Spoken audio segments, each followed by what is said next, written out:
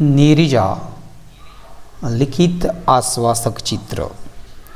प्रस्तुत कविता आश्वासक चित्र निरर्थकाचे पक्षी या काव्यसंग्रहातून घेतलेले आहे. प्रस्तुत कविता आश्वासक चित्र निरर्थकाचे पक्षी या काव्यसंग्रहातून घेतलेले असून त्यांचे कवी नीरजा याने प्रस्तुत कवितेत स्त्री पुरुष समानतेचे एक आश्वासक चित्र रेखाटलेले आहे. ते सत्यात साकार होईल असा त्यांचा एक विश्वास आहे. हे विचार सार्वकालीन आहे. या कवितेत स्त्री पुरुष समानतेचे मुख्य, स्त्री पुरुष समानतेचे मूल्य मुलगा आणि मुलगी यांच्या माध्यमातून सांगण्यात आलेले आहे. प्रस्तुत कविता आश्वासक चित्र कवी नीरजा.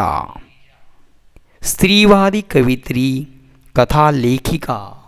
त्यांचे निर्णय वेना, स्त्री गणेशा, निरर्थकाचे पक्षी. निरर्थकाचे पक्षी हे कविता संग्रह जे दर्पणी बिंबले, ओले हरवलेली मोती हे कथासंग्रह इत्यादी लेखन प्रसिद्ध आहे. महाराष्ट्र शासनाच्या कवी केशवसूत, इंदिरा संत तसेच भैरूरतन दमानी इत्यादी पुरस्काराने त्या सन्मानित आहेत. प्रस्तुत कवितेत कवी नीरजा यांनी स्त्री पुरुष समानतेचे एक आश्वासक चित्र कवित्रेने रेखाटलेले आहे आणि ते चित्र प्रत्यक्षात साकार होईल असा विश्वास व्यक्त केला आहे. कवितेतून व्यक्त झालेला विचार सार्वकालिक आहे. स्त्री पुरुष समानतेचे मूल्य रुजवणारी ही चिंतनशील कविता आहे. कवित्रीने प्रस्तुत कवितेत चित्रित केलेली स्त्री पुरुष समानतेचे मूल्य सर्व विद्यार्थ्यांमध्ये संक्रमित व्हावे व रुजावे या उद्देशाने ही काव्ये पाठ्यपुस्तकामध्ये समाविष्ट केलेली आहे. पाठ्यपुस्तकात या कवितेचा समावेश आलेला आहे. कवित्रीचं म्हणणं आहे की येत्या काळात स्त्री पुरुष समानतेचे मूल्य होईल, म्हणजे दोघांनीही काम करायचं, दोघांनीही अर्थ कमवायचं आणि दोघांनीही घर चालवायचं. ह्या गोष्टी दोघांनाही जमल्या पाहिजे. त्या कवितेत लहान मुलांच्या खेळातून स्त्री पुरुष समानतेचे चित्र रंगवलेले आहे. स्त्री पुरुष समानता भविष्यात कधीतरी साकार होईल अशी आशा कवित्रींना वाटते. कारण इंडस्ट्रीज एरियामध्ये, औद्योगिक वसाहतीमध्ये जेव्हा दोघंही काम करतात तेव्हा खऱ्या अर्थाने या प्रकारची परिस्थिती निर्माण होत असते आणि हे दोन्हीही कामं दोघांनाही जमले पाहिजेत. आणि जे नीरजा यांनी जे काही स्वप्न बघितलेले आहे, जे काही सांगितलेलं आहे, हे सत्यतात उतरत आहे असं म्हणता येईल. तापलेल्या उन्हाच्या आडोशाला बसून खेळते आहे एक मुलगी केव्हाची. तापलेल्या उन्हाच्या आडोशाला बसून खेळते आहे एक मुलगी केव्हाची. यामध्ये आडोशा म्हणजे काय? आडोसा म्हणजे आश्रय. तापलेल्या उन्हाच्या आडोशाला बसून, तापलेल्या उन्हाच्या आश्रयाला बसून खेळते आहे एक मुलगी केव्हाची. मी पाहत राहते तिला माझ्या घराच्या झरोक्यातून. कवित्री नीरजा. झरोका म्हणजे काय? झरोक्यातून, खिडकीतून. तापलेल्या उन्हाच्या आडोशाला आश्रयाला बसून शेनी एक मुलगी खेळ खेळत आहे. दुपारची वेळ आहे, ऊन तापलेलं आहे. आडोशाला सावलीत बसून एक मुलगी बराच वेळ झाला खेळत आहे. हे दृश्य कवित्रीने स्वतःच्या घराच्या खिडकीतून पाहत आहे. कवित्री म्हणती तापलेल्या उन्हाच्या आडोशाला बसून खेळते आहे एक मुलगी केव्हाची, मी पाहत राहते तिला माझ्या घराच्या झरोक्यातून. म्हणजे ऊन तापलेलं आहे आणि ऊन तापलेलं असताना ती एका सावलीचा आश्रय घेऊन शनी खेळ खेळत आहे, भातुकलीचा खेळ खेळत आहे. आणि हे खेळ कवयित्री आपल्या खिडकीतून बघत आहे. ती मांडीवर घेत बाहुलीला एका हातानं थोपटत तिला चढवते आधान भाताचं. ती मांडीवर घेत बाहुलीला एका हाताने थोपटत तिला, कुणाला बाहुलीला थोपटत एका हाताने आणि चढवते आदान भाताचं भातुकलीतल्या इवल्याशा गॅसवर. ही जी ऊन तापलेलं आहे, आश्रयाला खेळत असलेली भातुकलीची खेळामध्ये मुलगी गॅसवर भाताचा आधान ठेवलेला आहे आणि एका हाताने आपल्या बाहुल्याला थापवत आहे. इवलीशा बाहुल्याला थापवत आहे, एका हातानं त्याला थोपटत आहे आणि दुसऱ्या हाताने भाताचं आधान भातुकल्या इवलीशा गॅसवर तिनं ठेवलेलं आहे. ती मुलगी एकटीच भातुकलीचा खेळ खेळते आहे. ती बाहुलीला मांडीवर घेऊन एका हाताने तिला थोपटत निजवते आहे. जसं बाळाला आई मांडीवर घेऊन शनी निजवते, अंगाई गाणं म्हणते आणि अंगाई गाणं म्हणत म्हणत त्याला थोपटत असते. त्या पद्धतीनंच मुलगी पण या बाहुल्याला थोपटत आहे. नंतर ती भात शिजवण्यासाठी आधानाचे पातेले चिमुकल्या गॅसवर ठेवते आणि तिचा लुटपुटीचा संसार सुरू होतो. म्हणजे या ठिकाणी चिमुकला गॅस म्हणजे जो खेळात वापरतो तो गॅसवरतीनं आधान ठेवलेले. आधान म्हणजे भात शिजवून टाकण्यापूर्वी जे पाणी गरम करायला ठेवलं जातं त्याला आधान म्हणतात. तर तिनं गॅसवर ठेवलेलं आहे. तापलेल्या उन्हाच्या आडोशाला बसून खेळते आहे एक मुलगी केव्हाची, मी पाहत राहते तिला माझ्या घराच्या झरोक्यातून. ती मांडीवर घेत बाहुलीला एका हातानं थोपटत तिला चढवते आधान भाताचं भातुकलीतल्या इवल्याशा गॅसवर. बाजूला खेळतो आहे एक मुलगा हातात चेंडू घेऊन. खेळतो आहे मुलगा हातात चेंडू घेऊन. खूप उंच उडून चेंडू नेमका झेलतो तो हातात. बाजूला खेळतो आहे मुलगा हातात चेंडू घेऊन. खूप उंच उडून चेंडू नेमका झेलतो तो हातात. मुलगी पाहत राहते कौतुकाने त्यांच्याकडे. अचानक बाजूला ठेवून बाहुलीला ती जवळ जाते त्याच्या. मुलगा दाखवतो तिला आपला कसब पुन्हा एकदा. तर मुलगी ज्या ठिकाणी सावलीच्या ठिकाणी बसून शनी आश्रयाला बसून शनी भातुकलीचा खेळ खेळत आहे, त्याच ठिकाणी एक मुलगाही एक चेंडू हातात घेऊन शनी उंच उडून खेळत आहे. बाजूला एक मुलगा हातात चेंडू घेऊन उंच उडवून पुन्हा नेमका हातात झेलण्याचा खेळ खेळत आहे. मुलगी त्या मुलाचा चेंडूचा खेळ कौतुकाने पाहते. अचानक मांडीवरची बाहुली बाजूला ठेवून ती त्या मुलाजवळ जाते. मुलगा पुन्हा एकदा चेंडू उंच उडून झेलण्याचे कौशल्य तिला दाखवतो. मुलगी आश्चर्यचकित होऊन शनी बघत राहते आणि तिलाही असं वाटतं की मी सुद्धा ही चेंडू झेलावा. मुलगी त्याच्याकडे चेंडू मागते त्याच्याकडे, तेव्हा तो हसून म्हणतो तू भाजी बनव छानपैकी पाल्यांची. ती म्हणते मी दोन्ही करू शकते एकाच वेळी, तू करशील? मी दोन्ही करू शकते एकाच वेळी, तू करशील? मुलगा देतो चेंडू तिच्या हातात. तापलेल्या उन्हाच्या आडोशाला बसून खेळते एक मुलगी केव्हाची, मी पाहत राहते तिला माझ्या घराच्या झरोक्यातून. ती मांडीवर घेते बाहुलीला, एका हातानं थोपटत तिला चढवते आधान भाताचं. भातुकलीतल्या इवल्याशा गॅसवर बाजूला खेळतो आहे मुलगा हातात चेंडू घेऊन. खूप उंच उडून चेंडू नेमका झेलतो तो हातात. मुलगी पाहत राहते कौतुकानं त्याच्याकडे. अचानक बाजूला ठेवून बाहुलीला ती जवळ जाते. त्या मुलगा दाखवतो तिला आपला कसब. पुन्हा एकदा मुलगी चेंडू मागते त्याच्याकडे. तेव्हा तो हसून म्हणतो तू भाजी बनव छानपैकी पाल्याची.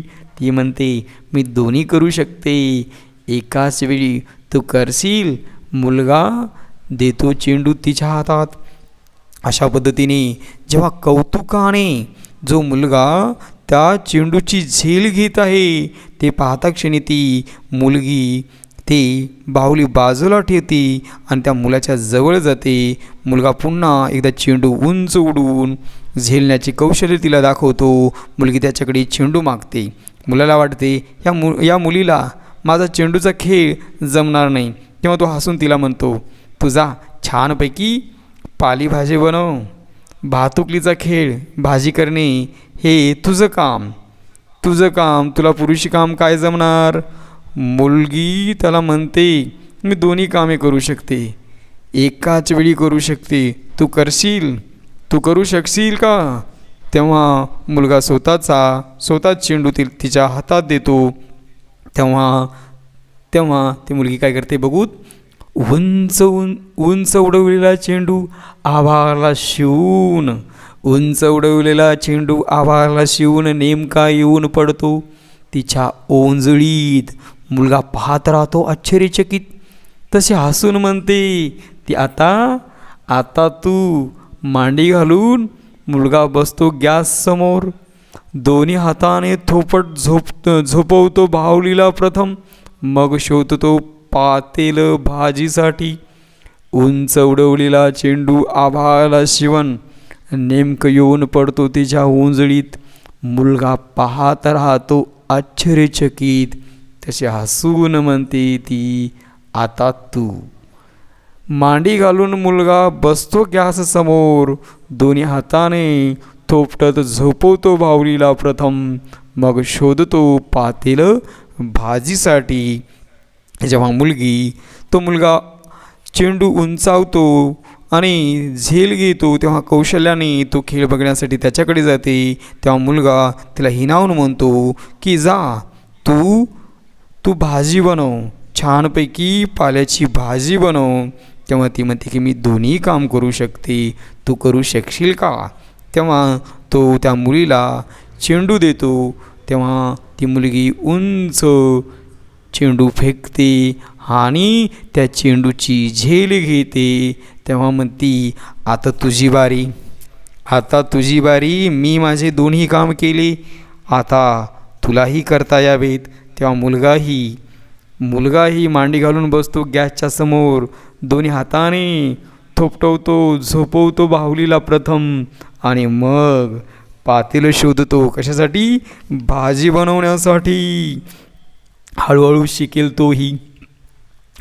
शिकेल तोही. आपलं कसब दाखवतानाच घर सांभाळणं. तापलेल्या उन्हाच्या आडोशाला बसून माझ्या घराच्या झरोक्यातून दिसत आहेत. कवित्री आपल्या घराच्या झरोक्यातून खिडकीमधून शनी हे होणारं सर्व दृश्य पाहत आहे. उद्याच्या येणाऱ्या काळाचं हे दृश्य पाहत आहे. मुलगी चेंडू उंच उडवते. तो आभाळाला जणू स्पर्श करून नेमकेपणाने तिच्या ओंजळीत येऊन पडते. हे पाहून मुलगा आश्चर्याने तिच्याकडे पाहतो आणि तिनं सुद्धा आपल्यासारखी झेंडूची झेल घेतलेली आहे. तेव्हा मुलगी मुलाला म्हणते आता तुझी पाळी. तू माझे काम करून दाखव. मुलगा चिमुकल्या गॅससमोर मांडी घालून बसतो. प्रथम दोन्ही हाताने थोपटत बाहुलीला निजवतो. मग भाजी करण्यासाठी तो पातेलं शोधतो. खऱ्या अर्थाने मित्रांनो येणाऱ्या काळामध्ये या धावपळीच्या युगामध्ये हे सर्व कामं दोघांनाही जमले पाहिजेत असं कवित्रीने या ठिकाणी व्यक्त केलेले आहे. आणि म्हटलेलं आहे की येत्या काळामध्ये आपलं कसब दाखवण्याचं घर सांभाळणं त्यालाही जमेन. हळूहळू शिकेल तोही आपलं कसब दाखवतानाच घर सांभाळणं. तापलेल्या उन्हाच्या आडोशाला बसून शनी कवयित्री हे सर्व दृश्य बघत आहे. पुढे म्हणतो की जिथं खेळले जातील सारेच खेळ एकत्र, भातुकलीतून प्रवेशताना वास्तवात माझ्या घराच्या झरोक्यातून दिसत आहे एक आश्वासक चित्र उद्याच्या जगाचं. जिथं खेळले जातील सारेच खेळ एकत्र, भातुकलीतून प्रवेशताना वास्तवात हातात हात असेल दोघांचाही, ज्याच्यावर सहज विसावेल बाहुली आणि चेंडू जोडीनं. तर या ठिकाणी मित्रांनो, या ठिकाणी कवयित्री नीरजा यांनी आश्वासक चित्र यामधून येणाऱ्या काळातलं चित्र रंगवलेलं आहे. या प्रस्तुत कवितेतून कवयित्री म्हणते, माझ्या घराच्या खिडकीतून मला भविष्यातल्या जगाची विश्वासार्थ आणि उत्साहवर्धक चित्र दिसते आहे. उद्याच्या जगात सारेच खेळ स्त्री आणि पुरुष एकत्र खेळतील असे मला वाटते आहे.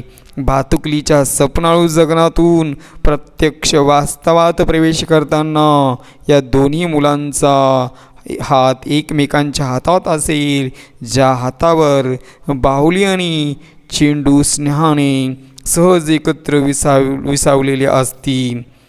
यामध्ये खऱ्या अर्थाने स्त्री पुरुषामध्ये भविष्यात परस्पर सामंजस्य व स्नेहभाव निर्माण होऊन स्त्री पुरुष समानता नक्कीच येईल. या प्रकारे आश्वासक चित्र या कवितेतून नीरजा यांनी व्यक्त केलेले आहे.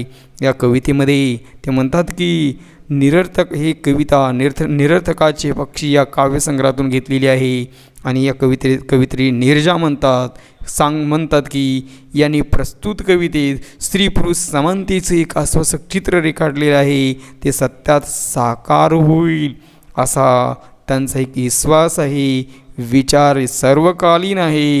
या कवितेत स्त्री पुरुष समानतेचे मूल्य मुलगा आणि मुलगी यांच्या माध्यमातून सांगण्याचा प्रयत्न कवयित्री नीरजा यांनी केलेले आहे.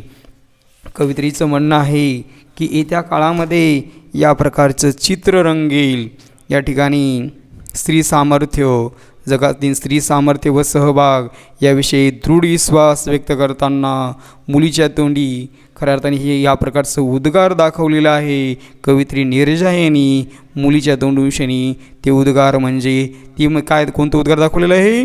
मी दोन्हीही करू शकते एकाच वेळी, तू करशील. या पद्धतीने या ओळी या मुलीच्या तोंडूशनी उद्गार दाखवण्यात आलेले आहे. कारण भातुकली खेळणारी मुलगी व चेंडू उडवून झेलणारा मुलगा उन्हाच्या आडोशाला खेळत आहेत. हे दृश्य कवयित्रीने खिडकीतून पाहत आहे. आणि अचानक मांडीवरची बाहुली बाजूला ठेवून मुलगी चेंडू खेळणाऱ्या मुलापाशी जाते व चेंडू मागते. मुलगा तिला हिणावतो की तू पाल्यांची भाजीच कर, चेंडू उडवणे तुला जमणार नाही. तेव्हा मुलगी त्याला अत्यंत आत्मविश्वासानं म्हणते की मी स्वयंपाक व चेंडू उडवणे हे दोन्ही एकाच वेळी करू शकते, तू माझे काम करशील का? मुलींच्या उद्गारातून कवयित्रीने स्त्री सामर्थ्य या ठिकाणी व्यक्त केलेले आहे.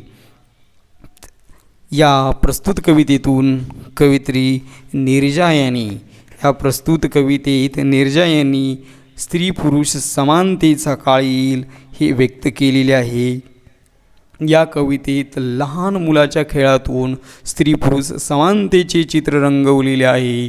स्त्री पुरुष समानता भविष्यात कधीतरी साकार होईल अशी आशा कवयित्रीने व्यक्त केलेली आहे. या कवितेमध्ये दुपारची वेळ आहे, ऊन तापलेले आहे. आडोशाला सावलीला बसून शनी एक मुलगी भातुकलीचा खेळ खेळत आहे. बऱ्याच वेळापासून शनी तो खेळ चालू आहे. आणि कवयित्री नीरजा हे सर्व दृश्य आपल्या खिडकीमधून पाहत आहे. ती मुलगी एकटीच भातुकलीचा खेळ खेळत आहे आणि त्या बाहुलीला तिनं मांडीवर घेतलेलं आहे आणि त्या बाहुलीला ती निजवण्याचं काम करत आहे, थोपटत आहे. आणि थोपटता ती एका हाताने आधाण्याची पातेलं ठेवत आहे भात शिजवण्यासाठी. आधाण्याची पातेली त्या चिमुकल्या गॅसवर ठेवत आहे. बाजूलाच एक मुलगा चेंडू खेळत आहे आणि ते चेंडू पाहून शनी मुलीलाही वाटतं की मी पण चेंडू खेळायला पाहिजे. आणि त्या मुलाकडे ती कौतुकानं पाहते आणि अचानक मांडीवरची बाहुली बाजूला ठेवून ती त्या मुलाजवळ जाते. मुलगा पुन्हा चेंडू उंच फेकतो आणि आपलं कौशल्य तिला दाखवतो. तेव्हा मुलगी त्याच्याकडे चेंडू मागते. मुलाला वाटते ही मुलगी आहे म्हणून तो चेंडूचा खेळ तुला जमणार नाही, जा तू भाजी बनव, या पद्धतीचं हिणावून बोलतो. तेव्हा ती म्हणते मला दोन्ही पण जमेल, एकाच वेळी मी दोन्ही पण करू शकेल, तू करशील का? मुलगी चेंडू उंच उडवते. तो आभाळाला जणू स्पर्श करून नेमकेपणाने तिच्या ओंजळीत येऊन पडतो. आणि हे पाहून मुलगा आश्चर्याने तिच्याकडे पाहतो. आणि मुलाला म्हणते आता तुझी पाळी, तू माझे काम करून दाखव. मुलगा चिमुकल्या गॅससमोर मांडी घालून बसतो. प्रथम दोन्ही हाताने थोपटतो, बाहुलीला निजवतो. मग भाजी करण्यासाठी तो पातेलं शोधतो. कवयित्री म्हणते तापलेल्या उन्हात सावलीच्या आडोशाला बसून तो मुलगा आपले कौशल्य दाखवत घर सांभाळणेही हळूहळू शिकेल. याच्यामध्ये म्हणलं की हळूहळू शिकेल तोही आपला कसब दाखवतानाच घर सांभाळणं तापलेल्या उन्हाच्या आडोशाला बसून.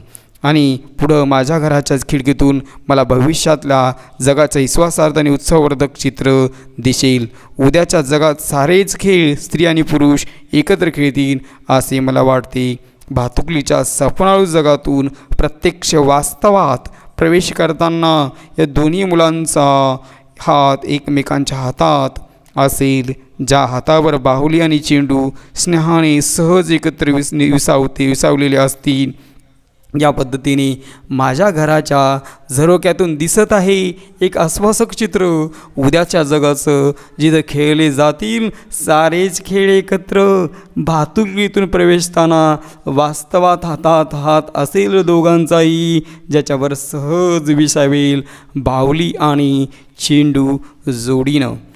कवयित्री नीरजा याने आश्वासक चित्र या कवितेच्या माध्यमातून येत्या काळामध्ये स्त्री पुरुष समानता येईल असं चित्र या ठिकाणी रेखाटलेलं आहे.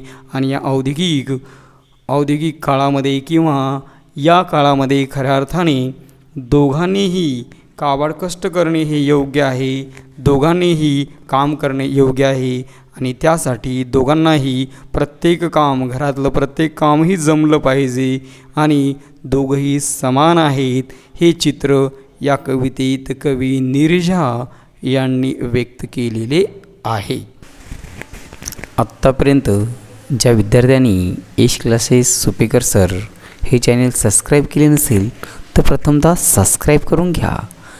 ज्या विद्यार्थ्यांनी Ash classes Supekar sir channel subscribe आत्तापर्यंत केलेले नाही त्या विद्यार्थ्यांनी प्रथमतः चॅनल सबस्क्राईब करा. त्यामुळे तुम्हाला नवनवीन शैक्षणिक व्हिडिओ सर्वप्रथम मिळतील. या चॅनलमध्ये येतात 10वीचे सर्व विषयांचे व्हिडिओ, बोर्ड पेपरसाठी येणारे महत्त्वपूर्ण प्रश्न, तसेच प्रत्येक विषयांच्या 5 प्रश्नपत्रिका आणि त्यांच्या उत्तरपत्रिका तुमच्यापर्यंत पाठवल्या जातील. त्याचबरोबर UPSC, MPSC, STI, PSI, ASO, तलाठी किंवा अनेक वेगवेगळ्या काही कॉम्पिटेटिव्ह एक्झाम आहेत, वेगवेगळ्या स्पर्धा परीक्षेसाठी उपयुक्त सर्व घटकांवर व्हिडिओ हे तुमच्यापर्यंत पाठवले जातील. त्याचबरोबर how to learn English in easy way यांच्या माध्यमातून बेसिक इंग्लिशपासून ते वेगवेगळ्या स्पर्धा परीक्षा कॉम्पिटेटिव्ह एक्झामपर्यंतचे सर्व ग्रामरचे व्हिडिओ तुमच्यापर्यंत पोहोचतील. याच्या नोटिफिकेशन सर्वप्रथम तुम्हाला मिळतील. त्यासाठी प्रथमतः हे चॅनल सबस्क्राईब करा.